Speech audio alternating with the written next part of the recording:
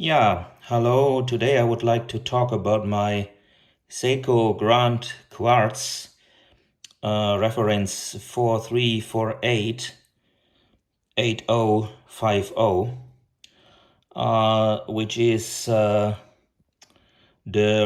little bit more seldom variant version of this model.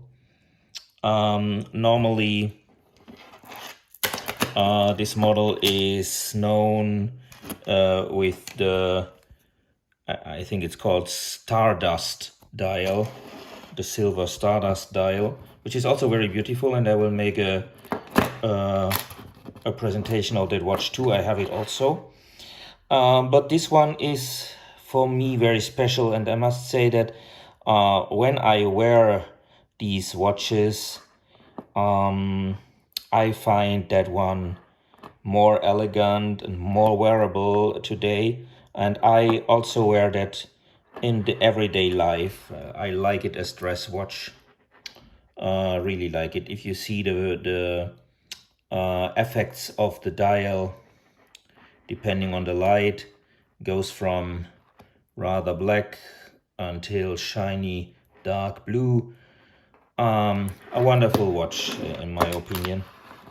And this watch specifically is from the year 1976, which you can see by reading the first number of the serial number, which is a 6 here. So it is one of the first quartz watches of Seiko. It has I think they brought them up in the beginning of the 70s, around 71, 72, 73. However, I have one earlier Seiko Quartz. I also made a movie of it. You can find it in my channel. This one has already the battery closure here, which is more flat, and so not at all disturbing. And the problem, like always with these watches with that battery compartments, is that often the casks, the rubber casks for making it water resistant, is already old, hard, or is missing. And then when you wear the watch, then it's very easy that humidity enters the watch inside, and then you see it when it is on a warm day. You see the condensed water on the crystal from inside, and I hate that.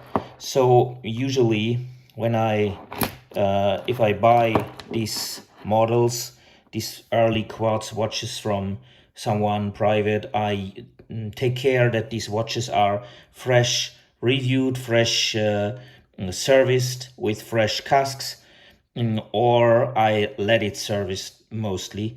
I have an expert on that, where I send the watch and he checks that, and then you can wear it in the everyday life. Otherwise, I don't wear it. My first was King Quartz, also with that battery solution, and after wearing it one day, I had already the condensed water inside the watch, which I hate, and is obviously not good for the watch. Now the shape of the watch is the typical 70s watch. However, it's quite decent. It has not this exaggerated block index like in the 70s, but the shape is actually very futuristic. It's the typical Tanaka design with sharp edges, and this watch is obviously not polished. If you saw my other videos, then you will know that I cannot stand polished watches. I don't like these round polished vintage watches, so I prefer a watch with scratches, and this is then an honest watch. These polished watches which are shiny but have no sharp edges, I cannot stand that. So for me, this is not an option to buy. So if I see that it is obviously polished, I don't buy the watch usually. And especially in this Tanaka design watches, it's important that they're not polished, because you see here the characteristic shape is like a diamond. You have this change of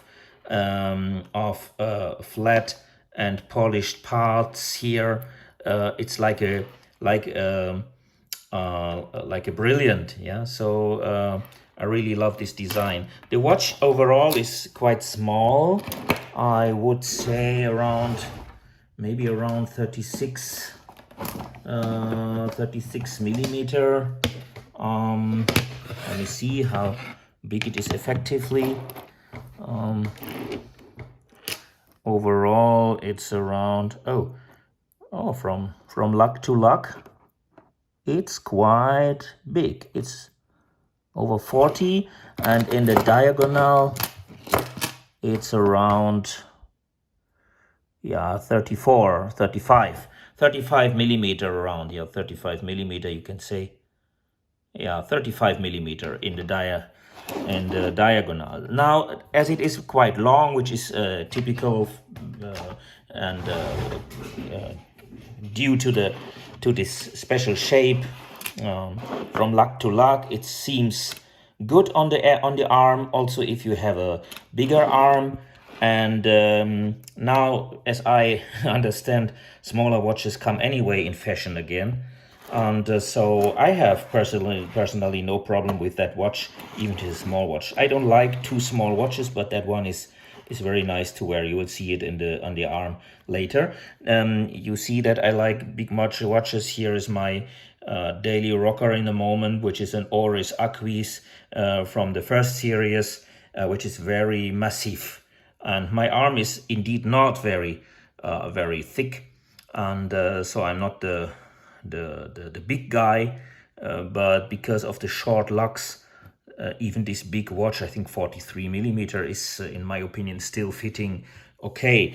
And this watch is quite markant. You cannot say it's a feminine watch. No, it's totally fitting to men. Which I also like in the Grand Quartz and also in the King Quartz is this kind of integrated bracelet, which is really wonderful made and quite solid. It makes a good quality impression. And with that sleigh here, you can adjust the size. You see here these little steps here. And you see my arm is really not thick because I have it more or less on the last step, so I have it quite adjusted quite small for my arm. And this is very comfortable, unless if you have a small arm and the sleigh is on the last point, then this longer part is a little bit wrapping around your arm and can look out of under the rest of the bracelet. But for me, this is not a problem. And it has the original crown. You see Grand Quartz logo here, and also the crown of the watch has a mark. This is the one quartz symbol, so it's not a single quartz. It's not a dual quartz. It's a single quartz watch. Again, I really like this kanji date. It's in English and in kanji. And overall the watch is for me, wearable, nice, collective condition. And this one, I think I would never give away. I doubt that I ever will sell that watch. Now let's make it on the wrist. It's on the arm. To me, I would say it fits perfectly from the size, even if it's not totally the fashion to wear small watches. But if we see the Datejust Rolex and also the Genta design Oyster Quartz from Rolex, I think they are also not much bigger.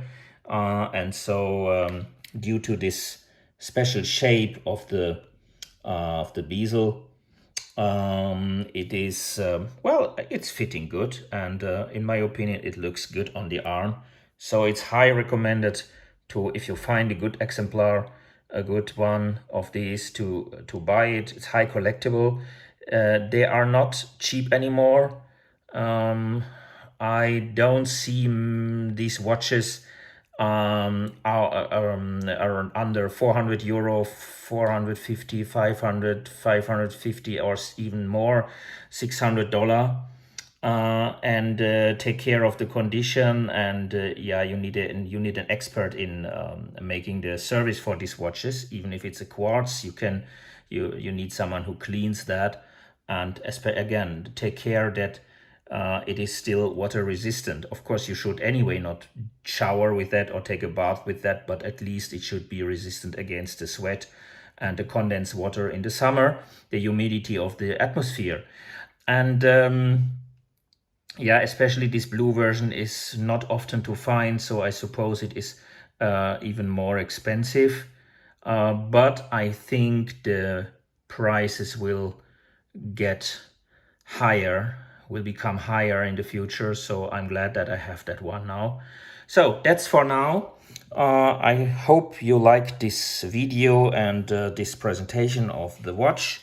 I say bye-bye, and yeah, I will come back with a new presentation when I have a little bit more time to make more movie